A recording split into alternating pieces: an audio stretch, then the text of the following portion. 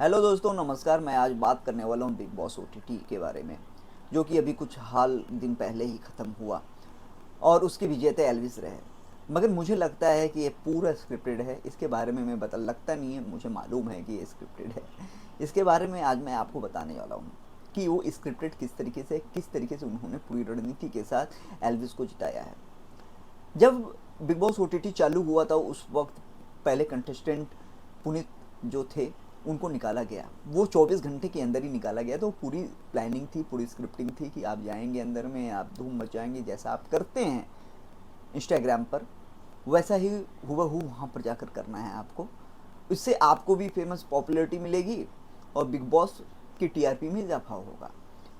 इसके बाद जब पुनीत को निकाल दिया गया तो मैटर फिर पूजा भट्ट का आया। पूजा भट्ट ने अभिषेक को बड़ी खड़ी कोटी सुनाई, उनके संस्कारों पर गए, उनके परवरिश पर गए, जिस पर कि अभिषेक को बहुत बुरा लगा। उन्होंने भी उसका जवाब दिया। अभिषेक पीछे कभी हटे नहीं। उन्होंने हर प्रश्न का अगर उनको कुछ कहता तो उसका वो भरपूर जवाब देते थे, क्योंकि मुझे ऐसा लगता है कि वो सही थे अपनी जगह पे। जो कि उनके भाई ने इसी को मुद्दा बनाकर एक वीडियो बनाया जिसमें कि बॉलीवुड के चिथड़े उड़ा दिया उसने। फुकरे के भाई ने पूरा चिथड़े उड़ा दिया उसने। उसने हर एक बिंदु पर अपने पॉइंट्स रखे हैं उस वीडियो में, और पूरे चिथड़े उड़ाने के बाद ये चीज़ बॉलीवुड को अच्छी नहीं लगी, जिसका जिसका अभिषेक को भोगना पड़ा। वो ऐसे भोगना पड़ा कि आपको पता ही है, बॉलीवुड के लिए जो चीज़ें अच्छी हैं आपके लिए वो अच्छी हों या ना हो, उनके लिए वो अच्छी हैं। आप उनकी चापलूसी करेंगे, आप इनकी तारीफ करेंगे तो उनके लिए बहुत अच्छी बात है। तो अभिषेक ने पूजा भट्ट को ये भी बोल दिया था कि आप हैं कौन। तो उन्होंने बोला कि आप पूजा भट्ट को नहीं जानते। तो बोला नहीं, मुझे नहीं पता पूजा भट्ट कौन है।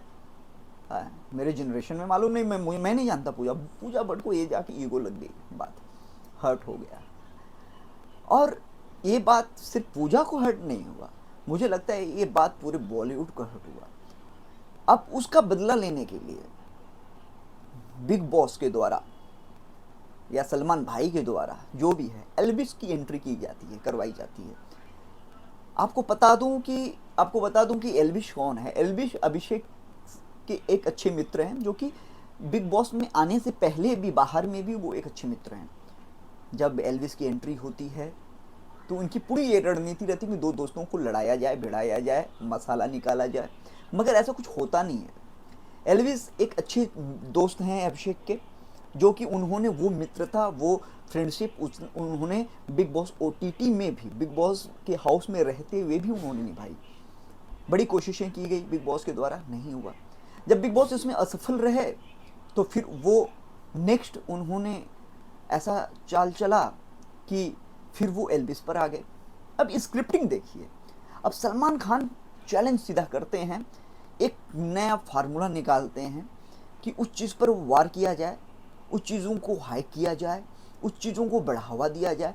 वो बढ़ावा ये था कि उन्होंने सीधा एल्विस के सिस्टम पर वार कर दिया। उन्होंने कहा कि तुम्हारा सिस्टम क्या है। उसी सिस्टम को दिखाने के लिए अब सलमान खान ने खुद के फॉलोअर को गिराना शुरू कर दिया। अब अपने फॉलोअर को गिराना शुरू कर दिया, इनके फॉलोअर को उठाना शुरू कर दिया। अब ये दिखाने लगे कि मेरे लाइक्स कम आ रहे हैं, लोग पूरे एल्विस को सपोर्ट कर रहे हैं। उसके साथ साथ एक चीज़ और है, मीडिया में भी हमने जितना इंटरव्यू लिया, जितने लोगों से पूछा गया कि आपको कौन अच्छा लगता है, कौन सा कंटेस्टेंट अच्छा लगता है, तो लास्ट मोमेंट में जितने बॉलीवुड के जितने एक्टर्स रहे हैं, तो शिव ठाकरे हों या और कोई हो, उन्होंने सभी ने एक ही बात कहा है, एल्विश एल्विश एल्विश। वहाँ पर तो एक कंफर्म हो गया, जिस तरीके से MC स्टैन को सपोर्ट किया जा रहा था बॉलीवुड के द्वारा। ये एक ऐसा नहीं है कि वो अपने मन से बोलते हैं कि मैं MC स्टैन को पसंद करता हूँ या मैं एल्विस को पसंद करता हूँ। नहीं नहीं, वो बुलवाया जाता है। वो बॉलीवुड का एक गैंगस्टर है जो कि पूरा नियंत्रित करता है वो चीज़ों को। वो सोचता है कि मैं गैंगस्टर हूँ, मैं नियंत्रित करता हूँ, मगर ये नियंत्रित उनके बस की बात नहीं है। वो सिर्फ बॉलीवुड में ही नियंत्रण कर सकते हैं, पब्लिक पर नियंत्रण इनका कुछ है नहीं।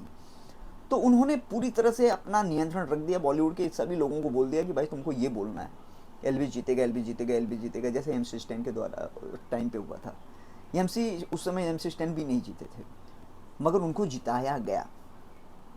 वैसे ही एल्विस का नाम को पूरा हाइक किया गया, लड़ाने की बड़ी कोशिश हुई, मगर इसमें बिग बॉस जब असफल हुए तो आपने देखा कि कितना बड़ा ठंडा ठंडा सा माहौल रहा पूरा हाउस में।